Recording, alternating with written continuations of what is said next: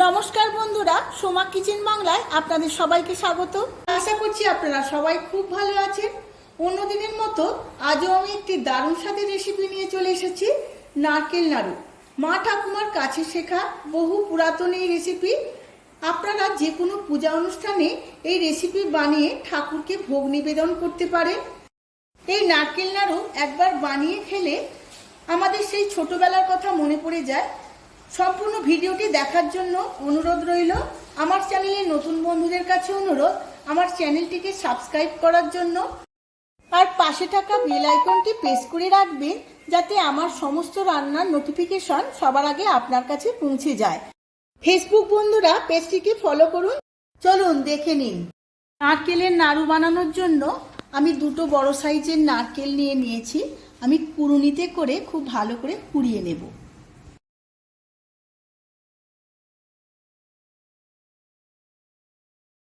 নারকেল দুটোই আমার কোড়ানো হয়ে গেছে। এখন 500 গ্রাম আখের গুড় আমি এই নারকেলের মধ্যে মাখিয়ে নেব। আপনারা চাইলে চিনি দিয়েও করতে পারেন, কিন্তু আখের গুড় দিয়ে নারকেল নাড়ুর স্বাদ অনেকটাই আলাদা মাত্রা এনে দেয়।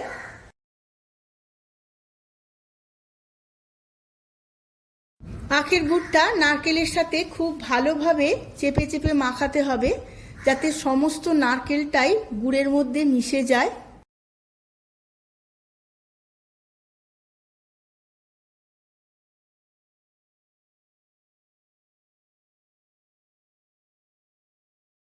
নারকেল আর গুড় খুব ভালোভাবে মিশিয়ে নিয়েছি। এবার ছাই মেরে নেব।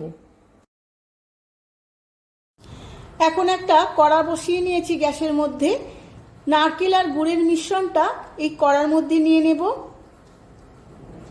সমস্ত মিশ্রণটা কড়ার মধ্যে নিয়ে নিয়েছি। এবার আমি 15 থেকে 20 মিনিট খুব ভালোভাবে নাড়িয়ে যাব, যতক্ষণ না এই জল ভাবটা শুকনো হয়ে আসে। এইভাবেই আমি ছাইটা মেরে নেব।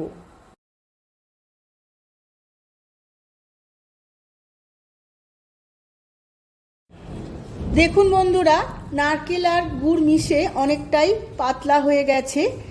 এখন এর মধ্যে আমি দিয়ে দেব 6-7টা ছোটো এলাচ গুঁড়োনো। এইভাবেই আমি সমস্ত নারকেল আর গুড়টা শুকনো করে নেব।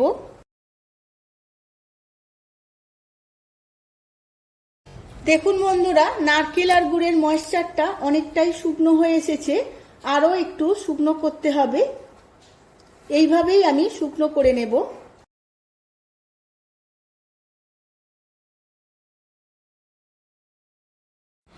দেখুন বন্ধুরা, অনেকটাই ময়েশ্চারটা শুকনো হয়ে গেছে। আমার মোটামুটি ছাই মারা হয়ে গেছে। এবার গ্যাসের ফ্লেমটা অফ করে দেব। এবার যতটা পাতলা আছে, ঠান্ডা হয়ে গেলে আরও শক্ত হয়ে যাবে। নারকেলের ছাইটা একটা প্লেটে ঢেলে নিয়ে আমি ঠান্ডা করতে দিয়েছি। ঠান্ডা হয়ে গেলে আমি পাকিয়ে নেব। নারকেলের ছাইটা আমার ঠান্ডা হয়ে গেছে। আমি একটু বেশি করেই পাক করেছি, যাতে এই নারকেল নাড়ু অনেক দিন ধরে খাওয়া যায়। এবার আমি এইভাবে গোল গোল করে নাড়ু পাকিয়ে নেব, হাতের তেলোতে করে। এইভাবে চেপে চেপে নাড়ুগুলো পাকাতে হবে। দেখুন বন্ধুরা, একটা নাড়ু পাকিয়ে নিয়েছি। এই রকমই হবে সবকটা নাড়ু। এইভাবেই আমি সমস্ত নাড়ুগুলো পাকিয়ে নেব।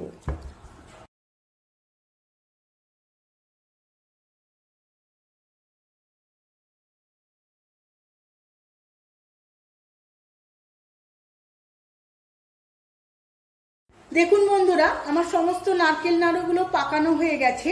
আমি সার্ভ করে নিয়েছি। দারুণ দেখতে লাগছে। আপনারাও আমার মতো করে বাড়িতে একবার বানিয়ে নিন, আর যে কোনো পূজার ভোগ প্রসাদ হিসাবে ব্যবহার করুন, বা বাড়িতে এমনিই খান। ভিডিওটা যদি ভালো লেগে থাকে, ভিডিওটিতে প্রচুর প্রচুর লাইক, শেয়ার, কমেন্ট করবেন। আজ তাহলে আসি, আবার দেখা হবে পরবর্তী ভিডিওতে নতুন কোনো রেসিপি নিয়ে।